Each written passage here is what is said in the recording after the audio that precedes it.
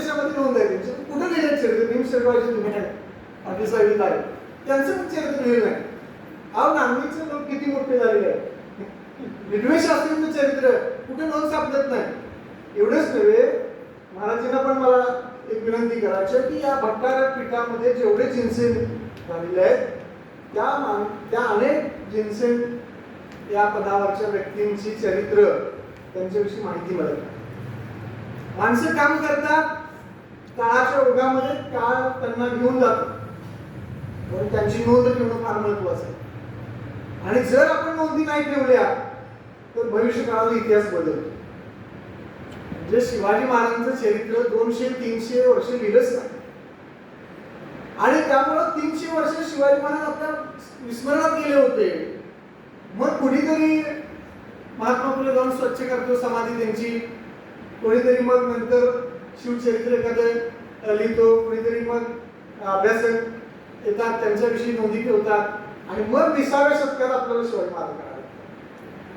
म्हणजे आपण जर नोंदी नाही ठेवल्या, कदाचित हे पुस्तक 100 वर्षांनी कुणाला तर सापडेल, आणि या वंशातला, या घराण्यातल्या वंशातला कुणीतरी त्याला वाटेल की आपला इतिहास किती उज्ज्वल आहे.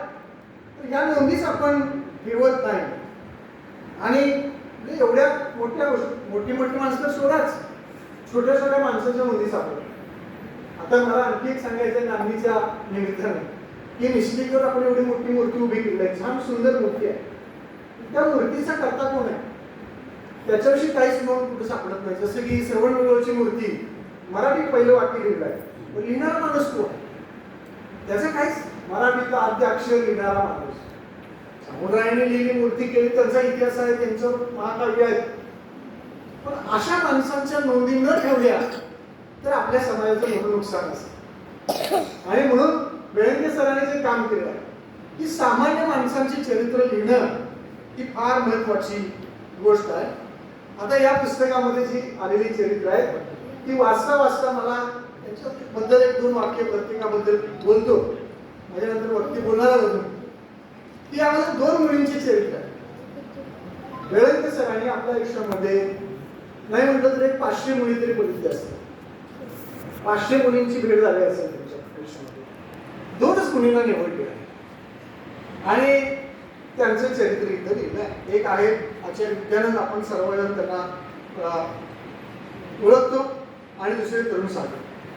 आणि मग हे 2 मुली का महत्वाचे आहेत तर या 20व्या शतकामध्ये आपला जैन धर्म म्हणजे काय तुम्हाला माहिती आहे की अशा अवस्थेमध्ये असताना हा जैन धर्म खरा विश्व धर्म कसा आहे, तो भगवान महावीरांचं तत्वज्ञान काय आहे हे पुन्हा पुन्हा सांगण्याचा प्रयत्न हे 2 मुलींनी केला आहे. एक तरुण सागराचा आचार्य विद्यानंद आहे, जाती आणि पंथाच्या पलीकडे हे 2 मुली गेलेले आहेत. म्हणजे ह्या 2 मुलींचे जे भक्त होते ते कोणी केवळ जन्माला जैन नव्हते. त्याचे अनेक, तरुण सागर तर अनेक मध्य प्रदेशमध्ये एका मुस्लिम एरियामध्ये 40 दिवस आपलं व्याख्यान देत होते. मग त्यांचे ते भक्त झाले होते की असे 2 मुली आहेत. हे 2 मुली त्यांनी निवडलेले आहेत. त्यांनी कसे निवडले का अनावधानाने निवडले माहित नाही, पण त्यांना निवडावेसे का वाटले तर ही 2 ज्ञानी माणसं. ज्ञानी माणसाचं लक्षण काय, खरोखर ज्ञानी जो असतो, खरोखर संन्यासी जो असतो, खरोखर म्हणजे जो वैरागी माणूस असतो, त्याचं लक्षण पहिलं काय असेल तर तो माणूस, वैरागी माणूस हा ज्ञानी असतो. चक्रधर, कोणते चक्रधर तुम्हाला असेल महानुभव पंथामध्ये, त्यांच्या शिष्यानं त्यांना एक प्रश्न विचारला की खरा वैरागी कोण, कसा ओळखायचा. तर ते सांगितले की जो वैरागी ज्ञानी आहे तो खरा वैरागी. ज्ञानेविन वैराग्य काही करावे बापेया असं ते म्हणतात. म्हणजे वैराग्याकडे किंवा संन्यासी माणसाकडे ज्ञान नसेल तर तो संन्यासी नव्हे, किंवा म्हणून ज्ञानी माणसं जी आहेत ती पूजनीय असतात समाजामध्ये. आणि म्हणून या भट्टारक पीठाचा इतिहास बघा, म्हणजे आताच्या महाराज सुद्धा लिहायला गेले ह्या, हे सगळे ज्ञानी माणसांची परंपरा. त्या भट्टारक पीठाचा फार मोठा इतिहास आहे, सरांनी सांगितला महाराष्ट्र. किती मोठे ग्रंथ या पीठाने दिलेले आहेत. तर ह्या 2 माणसांची चरित्र इथे येतात. आणि मग या विद्यार्थी महाराजांच्या विषयी एक वाक्य त्यांनी बोलतात की गुणीजनांचा संग्रह करणे हा एक त्यांचा स्वभाव. समाजामध्ये काही आता सुद्धा मुली आहेत की जे गुढीजनांचा संग्रह करतात. म्हणजे आपले चारुकीर्ती भट्टारक होते, सातत्यानं कुणीतरी त्यांना जवळ एक विद्वान लागायचा.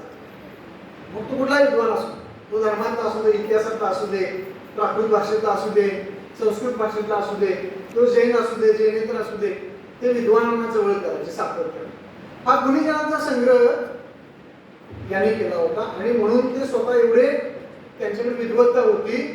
22 रामायणावर विद्यानंद महाराजांनी भाष्य केलं. अष्टापद शोधून काढलेला त्यांनी स्वतः गेलेले त्या बर्फामध्ये. कशामुळे गेले? वाचत वाचत राहिले आणि आपली पुराण उतरली सगळी आणि मग त्यांच्या लक्षात आलं की या पुराणामध्ये अष्टापद इथे काय ते शोधत गेले. आज आपण तिथे जा दर्शन घेतो, याची सोय झाली. माहित नव्हतं आपल्याला आपले तीर्थंकर कुठून मोक्षास गेले, शोधून काढलेले, अभ्यासात शोधून काढले. तरुण सागर महाराजांच्या विषयी त्याने शब्द लिहिलाय की तरुण सागर महाराज हे वैचारिक हादरा देणारे म्हणजे. वैचारिक हादरा हा शब्द वापरला आहे. हादरा दिला त्यांनी. पारंपरिक आपल्याकडे चाललाय, आपला आता पण धर्म चालूच आहे, पण मध्येच एक मुनी आली आपल्याकडे आणि असं काहीतरी मागून बदलून गेले. हृदयवंताला आयुष्य लाभलं नाही, पण एक हादरा देणाऱ्या मुनी इथं आले. भट्टारक जिनसेन आणि भट्टारक लक्ष्मीसेन या दोघांची चरित्र याच्यामध्ये लिहिली आहे.